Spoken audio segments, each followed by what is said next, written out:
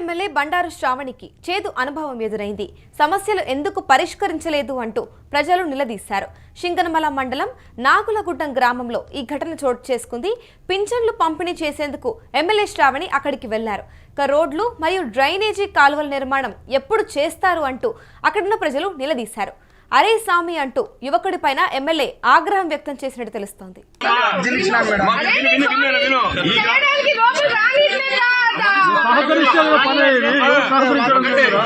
ఇదే అంశంపైన పూర్తి డీటెయిల్స్ మా ప్రతినిధి రసూల్ అందిస్తారు. చెప్పండి రసూల్, టీడీపీ ఎమ్మెల్యే బండారు శ్రావణికి చేదు అనుభవం ఎదురైందని తెలుస్తుంది. సమస్యలను ఎందుకు పరిష్కరించలేదు అంటూ కూడా ప్రజలు నిలదీశారని తెలుస్తోంది. కంప్లీట్ డీటెయిల్స్ ఏంటి? అమూల్య, సింగనమల నియోజకవర్గం ఎమ్మెల్యే బండారు శ్రావణికి ప్రభుత్వం అందజేస్తున్నటువంటి పెన్షన్ల పంపిణీ కార్యక్రమంలో జిల్లా అధ్యక్షుడు, అదేవిధంగానే ఆర్టీసీ రీజనల్ చైర్మన్ పూల నాగరాజుతో కలిసి, అదేవిధంగానే తెలుగుదేశం పార్టీ నాయకులు కార్యకర్తలతో కలిసి నాగలగుడ్డం తాండాలో పెన్షన్ల పంపిణీ కార్యక్రమానికి వెళ్లారు.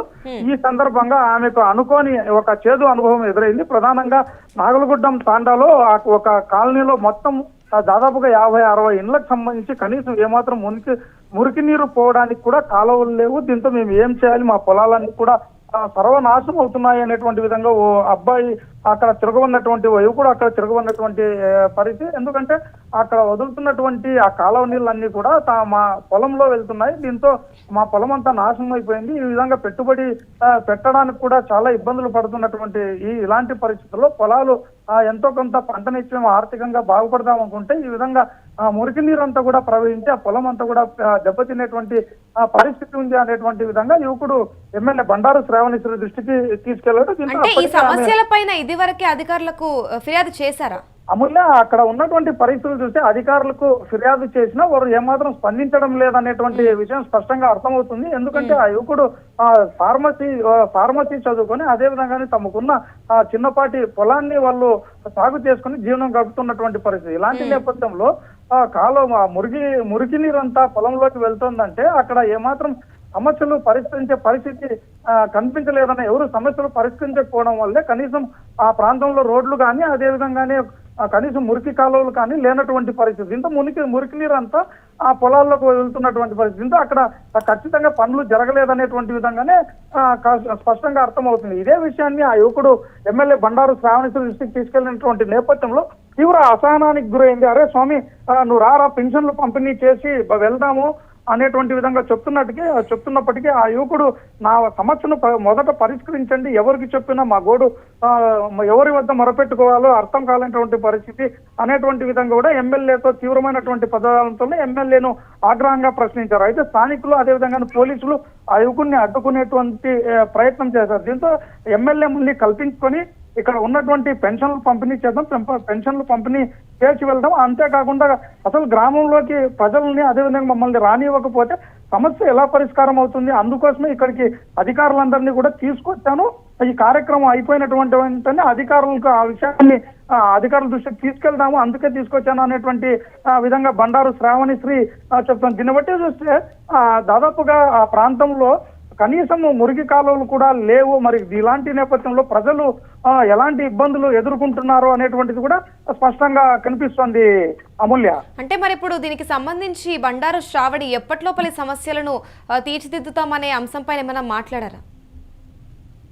అమూల్య, మనం స్పష్టంగా చూస్తున్నాము, మనకు విజువల్స్ లో కూడా కనిపిస్తుంది. ఒకవైపు ఆమె పెద్ద ఎత్తున పెన్షన్లు పంపిణీ చేయాలనేటువంటి సంకల్పంతో ఆ టీడీపీ జిల్లా అధ్యక్షుడు పూల నాగరాజుతో కలిసి అక్కడికి వెళ్ళినటువంటి పరిస్థితి. ఇలాంటి సందర్భంలో ఒక్కసారి ఉన్నపలంగా ఆమెకు చేదు అనుభవం ఎదురైనటువంటి నేపథ్యంలో ఒకవైపు అధికారులను ఆ అబ్బాయిని ఆమె అనునయిస్తూనే వాళ్ళని సరిచెప్పేటువంటి ప్రయత్నం చేస్తే ఈ సమస్య పరిష్కరిస్తూ ఇప్పుడే అధికారులను తీసుకొచ్చాను అనేటువంటి విధంగా కూడా ఆమె హామీ ఇస్తుంది. మరి ఆమె చెప్పినటువంటి మేరకు ఆ సమస్య ఎప్పటిలోగా పరిష్కారం అవుతుంది అనేటువంటిది కొద్ది రోజులు వేచి చూడాల్సినటువంటి అవసరం ఉంది అమూల్య. అంటే ఇప్పుడు శ్రావణి ఏదైతే ఇప్పుడు ఆగ్రహం వ్యక్తం చేస్తూ కొంచెం ఇదిగా మాట్లాడిందో ప్రజల వైపు, దీనిపైన ఇప్పుడు టీడీపీ ఏమైనా స్పందిస్తుందంటారా?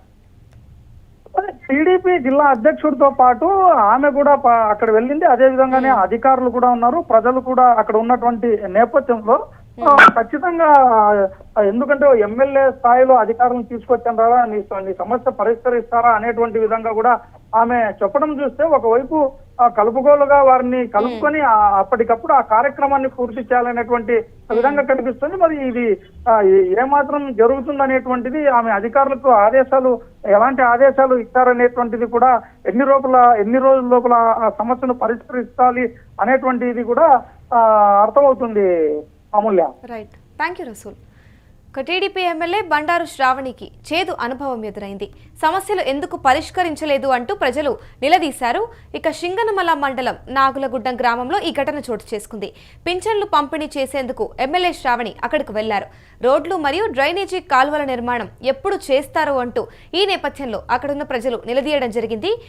దీనికి స్పందిస్తూ బండారు శ్రావణి ఇటు అరే సామి అంటూ కూడా యువకుడి పైన ఆగ్రహం వ్యక్తం చేస్తున్నట్టుగా కూడా క్లియర్ గా విజువల్స్ లో కనిపిస్తుంది. దీనికి సంబంధించి అక్కడున్న ఒక ఫామా చదివిన అబ్బాయి అయితే ఇటు మురికి కాల్వలో నీరంతా కూడా ఇటు పొలాల్లోకి వెళ్తుంది అంటూ వాళ్ళ సమస్యలను అయితే అక్కడ చెప్పుకోవడం జరిగింది. దీనికి సంబంధించి శ్రావణి కూడా స్పందిస్తూ మీరు మమ్మల్ని గ్రామంలోకి రానిస్తేనే మీ సమస్యల గురించి మేము కూడా తెలుసుకోగలుగుతాము అంటూ కూడా స్పందించినట్టు తెలుస్తోంది.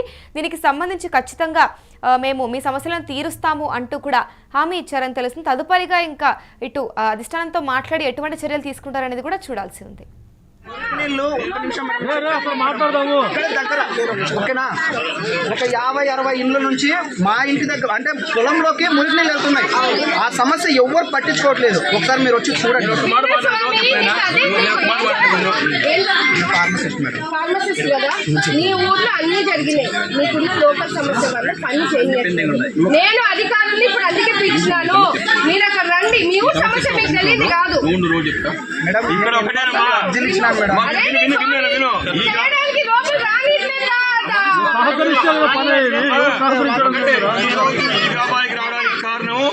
ముఖ్యంగా ఈ ఊర్లో సమస్య ఉందని తెలిసినా కూడా సమస్య ఉన్న గ్రామానికి వెళ్ళి సమస్యలు తీర్చాలని ఆలోచన బాగుంది.